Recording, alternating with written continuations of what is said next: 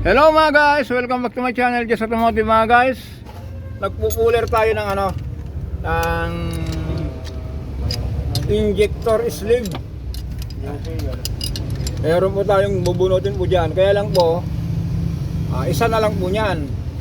Kasi po baka maubusan niya sa oras. Galing pa kasi sa ito, sa Quezon, Mauban. Tara, yan. Ay kalbit na natin yung yung tatlo, isa, dalawa, tatlo, apat. Ngayon po, kung napansin ko dito guys, ngayon po linagyan natin ng original Isuzu.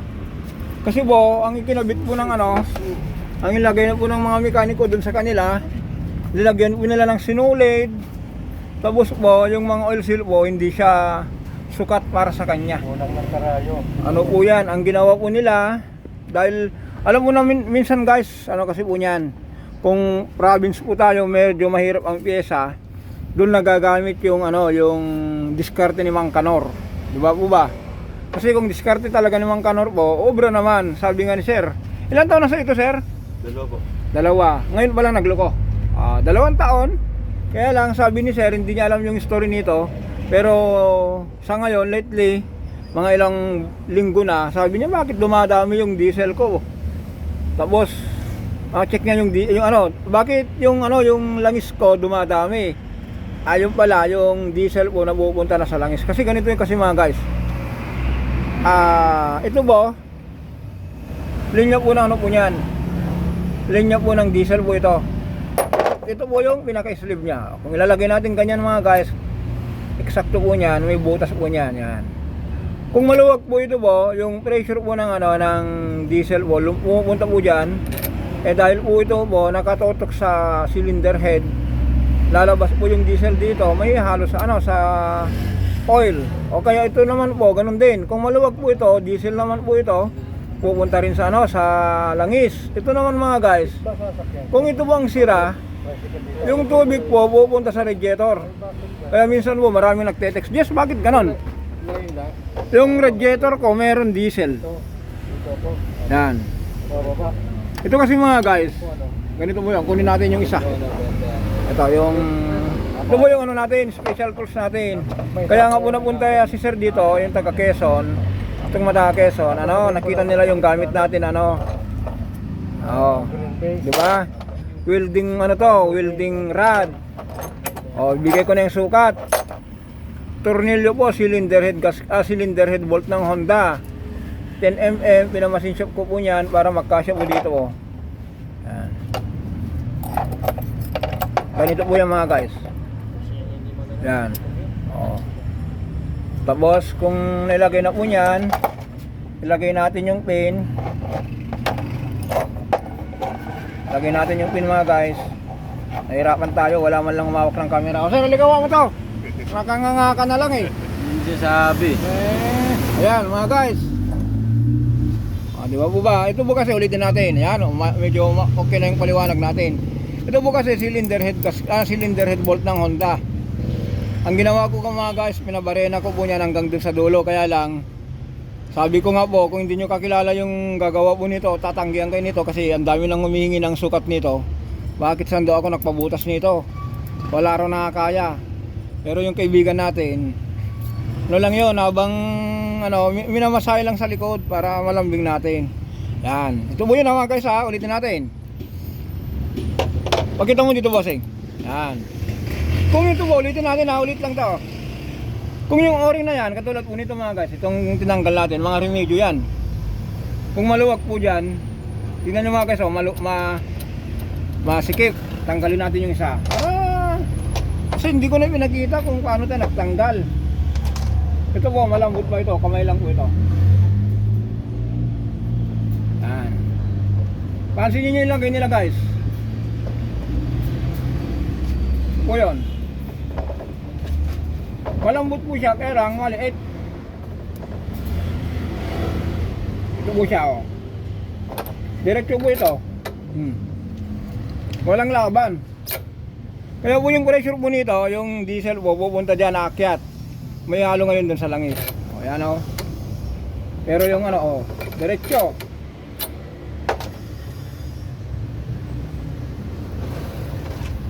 Gamitan na lang natin ng ano, may wagang tools. Yan. Ito, magtiswisan tayo nito. Balik na natin yung original. Ito na yung original mga guys ha. Oh. Asin nyo itong original. Kita mo? Yan. Sakto po yan. Ano ngayon yan? Nangaaway yan, lalaban. Yan o. Oh, diba? Ganun po nangyayari mga guys. Dahil itong ilalagay po nila, ito po mga remedyo. Yan, meron pa tayo ano rito. Dalawa. Para dun sa kabila. Yan. Ito po yun. Lagay natin. Ganito po yun eh. Sir, ano mo? Lagaan ano mo? Hindi, mamaya na lang. Maglinis pa tayo dyan. Pakita na lang natin dito. Yan, ulitin natin mga guys ha. Kaya po yung diesel niya po dumadami. Ay yung ano niya, yung oil niya po dumadami dahil sa diesel. Tanggalin natin yan. Ulitin natin. Itong sleeve kasi na to. Sana yung isang sleeve natin? Bumulong na? Ito wala. Yung hindi pa natanggalan. Ito, tanggal na lahat to. Yung hindi pa natanggal na ito. Yan, ito mga guys, ito yung ano, yung hindi pa natanggal ano, tinaw, hawakan mo.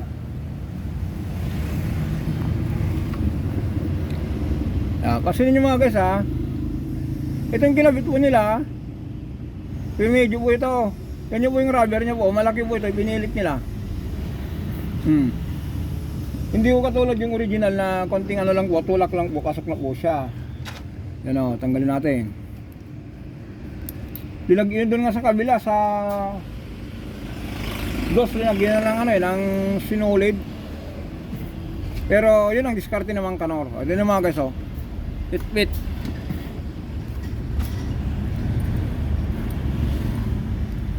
Ito medyo, ito lang parang ito lang tumpak eh, sa taas eh. Yan. Ang gagawin natin dito guys, ano muna? Yan, ituloy natin mga guys ha. Ito na yung ano, ito na po yung ganito po kasi niyan. Ito yung pinagawa natin sa machine shop. Ulitin natin. Cylinder head bolt ng Honda, pinatanggal ko yung ulo, pinamachine shop ko po. Ito po 10mm, ito po 8mm, 10mm po dyan, eksakto rito. Yan, ngayon po kung pinasok nyo po niya, nakaganyan na po niyan. Diba po, ano na siya, nakaangkla na. Ganito po yun.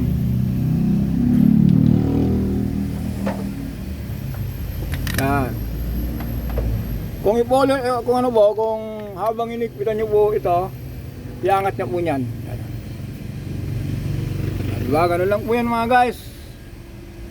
Hindi na tayo magpakita kung ano, kung paandar na. Ang importante lang natin dito nga guys, masolve natin yung problema. Kasi baka mamaya abutan tayo ng ulan sa kadadaldal. Ito po, ulitin natin, galing pang Quezon, umalis sila doon alas 4 sir? Alas 4 daw ng umaga. Kaya dapat tapusin na natin to para naman may makapahinga sila. Sabi ko nga sir, may ano rito, malapit na hotel bago sila matulog, mura lang. Sabi niya hindi na, panuurin namin para kahit paano po.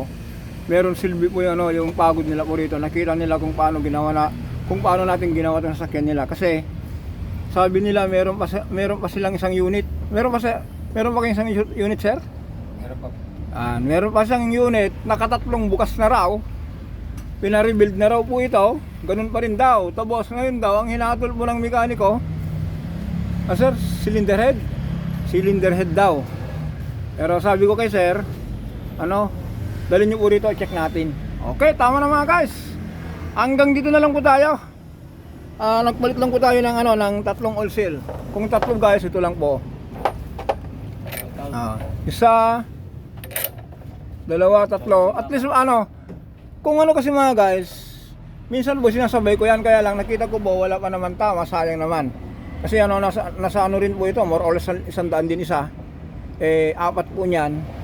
Pang diesel din na yung na-save nila, pang diesel na lang nila. Kaya yan, ganun lang mga guys. Siguro kung umandar na saglit natin sa sa pitch, sa Facebook natin kung umaandar na. Kasi naiwakita natin to kanina habang tinatanggal. Pero ito po, sabi ko nga po, yung mga gustong mag-YouTube, ulitin natin, gustong matuto para di sa tools na to, sabi ko na yung size. Di bali po, tawagan nyo ako. Ibibigay ko po yung size. Gagamitan natin to ng Bernal caliper para masukat natin. Okay, hanggang dito na lang po tayo. Don't forget po to subscribe, like and share. Maraming salamat.